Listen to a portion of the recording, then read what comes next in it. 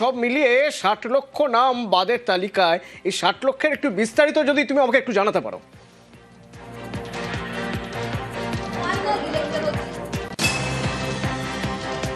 দেখো, তোমাকে যদি বিস্তারিত তথ্য বলা হয় তাহলে বলতে হবে যে প্রথমে তোমাকে জানিয়ে রাখি যে উত্তর কলকাতায় যে নাম বাদ পড়েছে সেখানে দেখা যাচ্ছে উত্তর কলকাতায় আগে নাম বাদ পড়েছিল 1,32,000 উত্তর কলকাতায় নাম বাদ পড়েছিল 3,90,000, যেটা খসড়া তালিকাতেই বাদ পড়েছিল। আর উত্তর কলকাতায় ডিলিটেড হলো 17,000। তাহলে সব সংখ্যাটা দাঁড়ালো 4,07,000 উত্তর কলকাতায়। আর দক্ষিণ কলকাতায় যেটা দেখা গেল যে দক্ষিণ কলকাতায় মোট ছিল হচ্ছে খসড়া তালিকা প্রকাশের সময় 2,16,000। আর এই যে প্রথম দফার যে তালিকা সেখানে ডিলিটেড হলো 3,207, অর্থাৎ মোট 2,19,207 দক্ষিণ কলকাতা বাদ পড়লো। ফলত দক্ষিণ কলকাতা আর উত্তর কলকাতা মিলিয়ে 6 লক্ষেরও বেশি নাম বাদ পড়লো। এটা এখনো পর্যন্ত বাদ পড়লো, তার কারণ এই সংখ্যা আরো বাড়তে পারে বলেই কমিশন মনে করছে। কিন্তু যেটা সব থেকে গুরুত্বপূর্ণ, যদি কলকাতার প্রত্যেকটি বিধানসভার ডিলিটেড সংখ্যার দিকে নজর রাখা যায়, উত্তর কলকাতা ডিওর অধীনে এবং দক্ষিণ কলকাতা ডিওর অধীনে ভবানীপুর বিধানসভায় কিন্তু উল্লেখযোগ্যভাবে ডিলিটেড হয়েছে।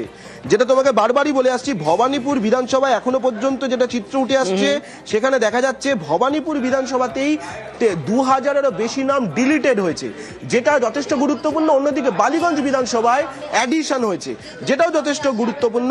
ফলত যে তথ্য ইতিমধ্যেই হাতে এসে পৌঁছেছে দক্ষিণ কলকাতা, সেখানে দেখা যাচ্ছে বালিগঞ্জে যোগ হয়েছে, ভবানীপুরে 2,324টি নাম বাদ পড়েছে, ডিলিটেড হয়েছে, এবং খসড়া তালিকার সঙ্গে যুক্ত করলে 47,000-এরও বেশি নাম বাদ পড়লো। অর্থাৎ যে বিধানসভা নিয়ে চর্চায় ছিল যে ভবানীপুরে কি হবে, এবং ভবানীপুরে সেই চিত্র উঠে এলো। উত্তর কলকাতার এখনো কিছু কিছু বিধানসভায় এখনো কম্পাইলেশন চলছে, কিন্তু উত্তর কলকাতা বা দক্ষিণ কলকাতা দুই কলকাতার ডিও সূত্রে যেটা জানা যাচ্ছে যে 2,000-এর বেশি নাম কোনো বিধানসভায় সে অর্থে ডিলিটেড হয়নি। ভবানীপুরেই একমাত্র দেখা যাচ্ছে যে ডিলিটেডের সংখ্যা বেশি, 2,324টি নাম ডিলিটেড হয়েছে। ধন্যবাদ সোমরাজ। এবার জেলাওয়ারি একটু ছবি দেখে নেওয়া যাক। এখনো পর্যন্ত ঝাড়গ্রামে বাদের তালিকায় নাম রয়েছে 54,030 জনের, সব মিলিয়ে, অর্থাৎ খসড়া এবং প্রথম তালিকা মিলিয়ে। বাঁকুড়ায় ডিলিটেড নেম 1,35,000। 1,35,000। নদিয়া, দেখা যাক নদিয়ার ক্ষেত্রে সংখ্যাটা অনেক বেশি বাঁকুড়ার থেকে, প্রায় দ্বিগুণ, 2,70,000-এর বেশি নাম বাদ।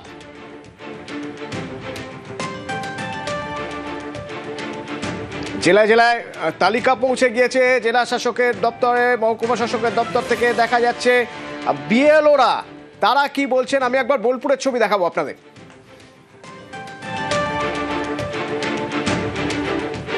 আমার টোটাল ভোটার ছিল 822টা, ডেথ কেস হিসেবে 4 জন বাদ গিয়েছিল। এখন 818টা ভোটারই আমার নাম উঠেছে, কেউ এখনো ডিলিশন হয়নি। ডাকা হয়েছে, আমার 60 জনকে ডাকা হয়েছিল, সমস্ত ডকুমেন্ট দেওয়া হয়েছিল এবং অ্যাপ্রুভ হয়েছে। 11 জন আন্ডার অ্যাডজুডিকেশন আছেন আর 10 জন ডিলিট হয়েছে। দুটো আমার একটু খারাপ লাগলো, মানে আনম্যাপ না, তারা ম্যাপ ছিল, লজিক্যাল ডিসক্রিপেন্সি ছিল।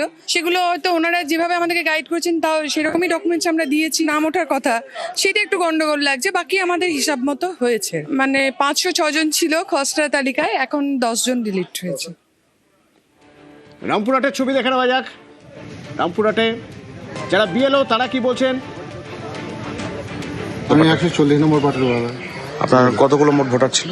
আমার এখন ভোটার আছে 1320। কতগুলো বাদ গেল আজকে লিস্টে? আজকে মোটামুটি আমি যা দেখছি সব গোনা হয়নি, তবে মোটামুটি 10 জন হবে হয়তো। কি কারণে তাদের বাদ খেয়েছে সেটা বলতে পারবো না এখন। আমি 125 পার্টের বিএলও। আমার টোটাল ভোটার যেগুলো 242টা ভোটার ছিল, 242টা ভোটার মধ্যে ডিলিটেড সংখ্যা আজকে দেখছি আমার 9 জন আছেন।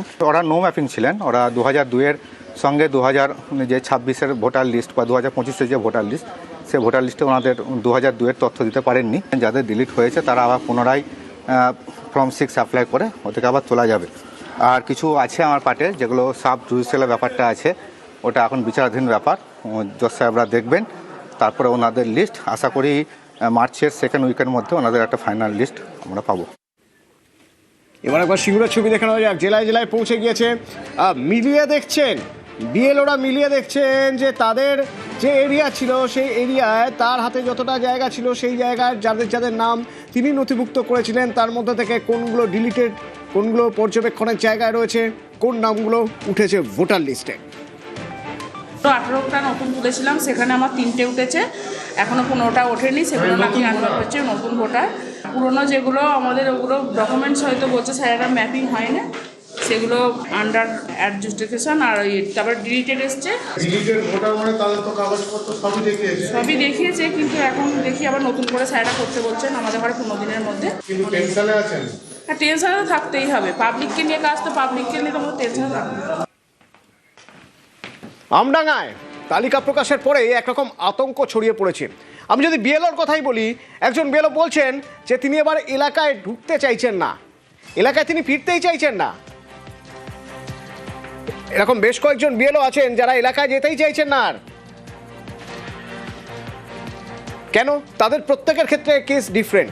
ঠিক কি কি কারণে তাদের মনে হচ্ছে যে এলাকায় গেলে তাদের সমস্যা হতে পারে? জিয়াউল রয়েছে আমার সঙ্গে। জিয়াউল,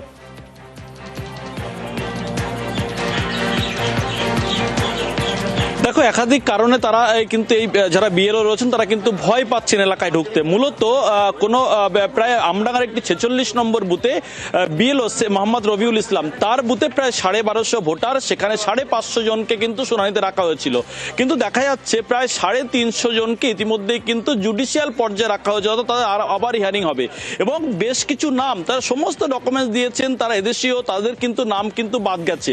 এই ধরনের বিএলওদের স্পষ্ট বক্তব্য, তারা কিন্তু এলাকায় ঢুকতে চাইছেন না। তার কারণ, ঢুকলে হয়তো বিভিন্ন কারণে তাদের উপরে হামলা হতে পারে, ফলে তাদেরকে নিরাপত্তা দেওয়া হোক, এই দাবিও কিন্তু বিএলওরা তুলছেন। ফলে আমার সঙ্গে বেশ কিছু বিএলওরা তারা রয়েছেন আমডাঙ্গা এলাকায়, তাদেরও কিন্তু জুডিশিয়াল পর্যায়ে তাদেরও নাম বাদ গেছে। আমি একজনের সঙ্গে কথা বলবো, রবিউল ইসলাম, আপনার নাম তো জুডিশিয়ালিতে বাদ গেছে। হ্যাঁ, আমার নাম জুডিশিয়ালের মধ্যে আছে, জুডিশিয়ালের মধ্যে আছে আমার নাম। কিন্তু আপনার এখানে প্রায় 350 জনকে জুডিশিয়াল পর্যায়ে রাখা হয়েছে, ফলে একটা আতঙ্ক আপনি বলছিলেন। সেটা তো যেটা যেভাবে প্রকাশটা হয়েছে লিস্টটা, তাতে হতেই পারে আতঙ্ক। কোন মুডে কে আছে, বিশেষ করে এটা সামনে ইলেকশন, সামনে সে আমি ভোট দিতে পারবো না, এরকম একটা পরিস্থিতি তো হতেও পারে। অনেক জায়গায় অনেক মানুষ একটা অনেক মনোভাব নিয়ে থাকতে পারে যে নিরাপত্তাহীনতাতে ভুগবো না, তার কি বা গ্যারান্টি থাকতে পারে। ফলে আপনারা আতঙ্কে আছে। হতেই পারে অনেক বিএলওর এরকম। আপনার কি এলাকায় ঢুকতেও ভয় পাচ্ছে? না, আমার ক্ষেত্রে হয়তো ভয় নেই, কিন্তু অন্য জায়গায় হতেই পারে তো এটা।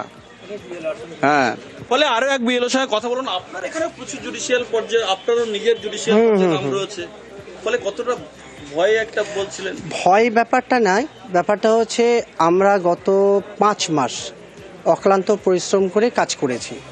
আমরা 100% চাইছিলাম যে আমাদের সব কিছু একটা নির্ভুল হোক, কিন্তু এই লিস্ট পাওয়ার পরে মনে হলো সব কিছু এখন আমরা নির্ভুলভাবে পাইনি। জেনুইন ভোটার, যারা জেনুইন ভোটার, সেলফ ভোটার, তারা প্রকৃতপক্ষে কাগজপত্র দেওয়ার পরে তারা জুডিশিয়ালের আন্ডারে পড়ে গেছে।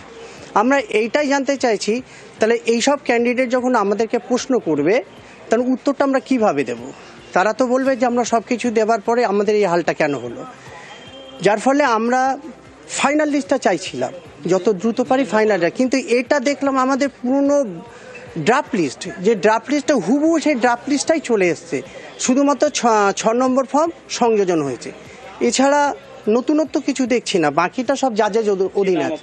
আমার নাম শেখ মোস্তাক আহমেদ, 108 নম্বর বিএলও। আমার নিজেরটা। হ্যাঁ, ভয়ের ব্যাপার আছে, তো ভয়ের ব্যাপার আছে, কারণ মানুষ তো আমাদের কাছে সব কাগজ দিয়েছে, তার যা আছে সব কিছু সম্বল সব কিছুই দিয়েছে, তা সত্ত্বেও তাদের নাম ওই জুডিশিয়াল পর্যায়ে আছে। তাদের কাছে কি উত্তর দেব?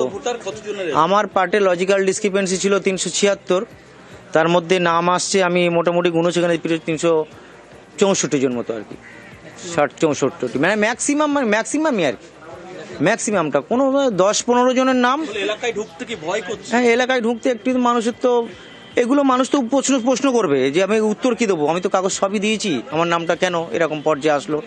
তারপর মহামান্য বিচারকরা যা এখান থেকে সিদ্ধান্ত নেবেন। আপনিও বলছিলেন যে একটা ভয় আতঙ্ক, আপনার এখানে প্রচুর নাম বাদ গেছে। নাম বাদ যাওয়া বলতে আমার 543 এলডি কেস ছিল, তার মধ্যে 486 জনের নাম জুডিশিয়ালের পর্যায়ে আছে, বাকিদের নাম ওনারা বৈধ হিসেবে বিবেচনা করেছে। কিন্তু আমি চাইবো এই যে 486 জুডিশিয়াল পর্যায়ে আছে, এটা কেন হলো? তাদের বৈধ কাগজপত্র থাকা সত্ত্বেও ইসিআই কেন তাদেরকে বৈধ ভোটার হিসেবে বিবেচিত করলো না? এটা আমার কিন্তু ইসিআইয়ের কাছে বড় প্রশ্ন। এলাকায় ঢুকতে কি ভয় করছে? এলাকায় ঢুকতে ভয় বলতে আমারও জবাবদিহি করতে হবে, যেহেতু আমি ভোটারদের আশ্বস্ত করেছিলাম যে হয়তো সবার যে কাগজপত্র আছে তারা বৈধ ভোটার হিসেবে পরিগণিত হবে, কিন্তু এখন যেটা দেখছি আমার কথার সঙ্গে মানে মিলছে না। তারা আমাকে এখন প্রশ্ন করতেই পারে, আমি সেই হিসেবে কিছুটা মানে এর মধ্যে আছি আর কি, উদ্বেগের মধ্যে আছি।